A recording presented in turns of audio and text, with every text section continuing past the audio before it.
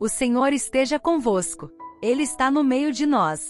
Proclamação do Evangelho de Jesus Cristo segundo Lucas. Glória a vós, Senhor. Naquele tempo disse Jesus aos seus discípulos: Antes que estas coisas aconteçam, sereis presos e perseguidos.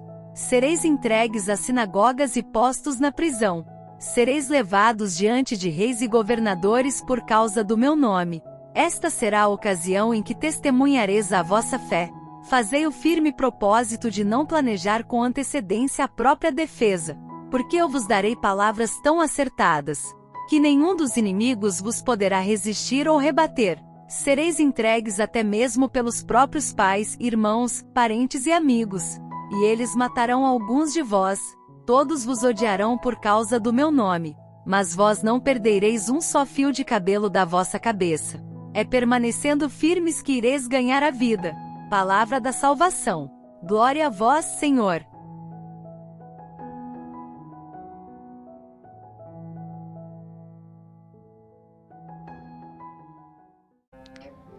Meus queridos irmãos, dentro desse discurso escatológico de Jesus, no Evangelho de Lucas, que nós começamos a ler ontem, acontece, evidentemente, aquele capítulo das perseguições, a perseguição dos cristãos.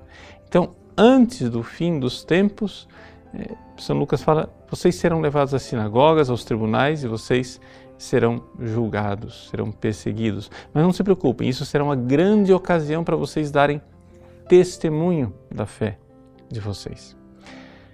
Veja, isto que para nós pode parecer uma previsão de um futuro distante, para a comunidade de São Lucas, a comunidade imediata para a qual ele escreveu este evangelho, já era uma realidade de fato.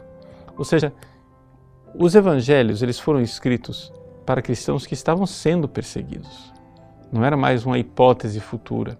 Aliás, o próprio evangelho de Lucas, quando ele foi escrito, provavelmente o templo de Jerusalém já estava destruído e a cidade de Jerusalém já tinha sido pisada pelos pagãos.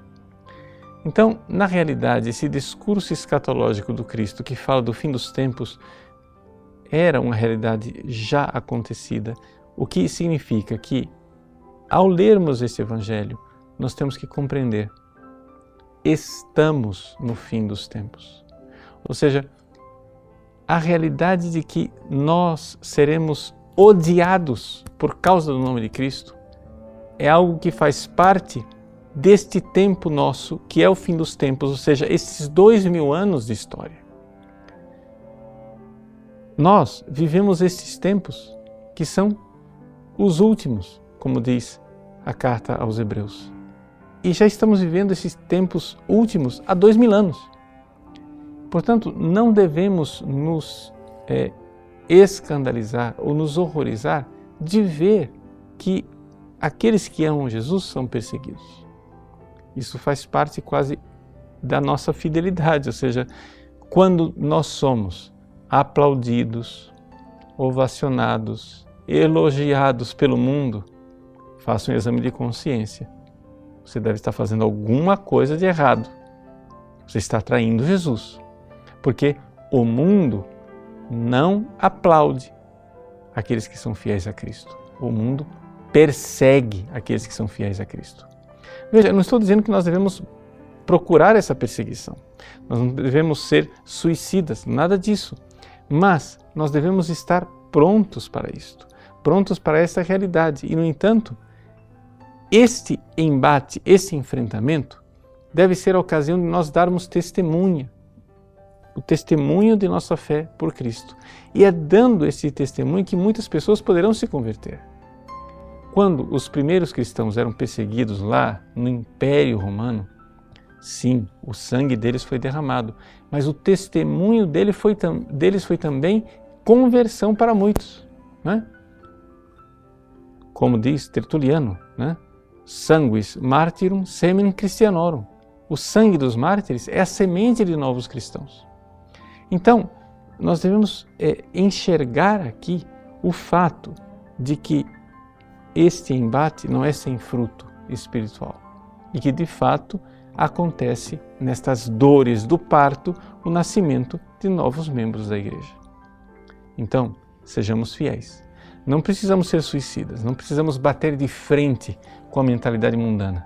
Mas saibamos de uma coisa, a estratégia de querermos agora nos adaptar ao pensamento da sociedade para que a sociedade nos ame e diga que nós somos lindinhos, essa estratégia não funciona, não funcionou e nunca irá funcionar. Porque essa estratégia que ela consegue obter é a apostasia dos cristãos, ou seja, os cristãos se adaptam ao mundo e vão se tornando mundanos. A nossa fidelidade a Cristo significa que haverá sempre alguma tensão com o mundo. Procuremos converter o mundo, mas saibamos, haverá um preço. E se tivermos que derramar o nosso sangue, que seja assim. Jesus prevê a morte dos cristãos, mas paradoxalmente ele diz, cuidado, não se preocupem, nem um fio de cabelo de vossas cabeças vocês irão perder. Isso quer dizer o seguinte, depois da morte dos mártires, existe uma ressurreição e aí nós poderemos triunfar com o Senhor no céu. Deus abençoe você. Para encerrar nossa leitura e reflexão da palavra de hoje, rezemos a oração que o Senhor nos ensinou. Pai nosso que estais nos céus, santificado seja o vosso nome. Venha a nós o vosso reino. Seja feita a vossa vontade, assim na terra como no céu. O pão nosso de cada dia nos dai hoje. Perdoai-nos as nossas ofensas, assim como nós perdoamos a quem nos tem ofendido. E não nos deixeis cair em tentação, mas livrai-nos do mal. Amém. Em nome do Pai, do Filho e do Espírito Santo. Amém. Que a graça de Deus seja derramada sobre você. Deus te abençoe.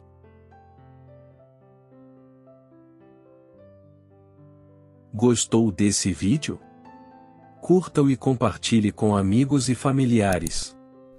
Caso não seja inscrito no canal, inscreva-se e ative as notificações clicando no sininho para não perder nenhum vídeo novo. Deus te abençoe.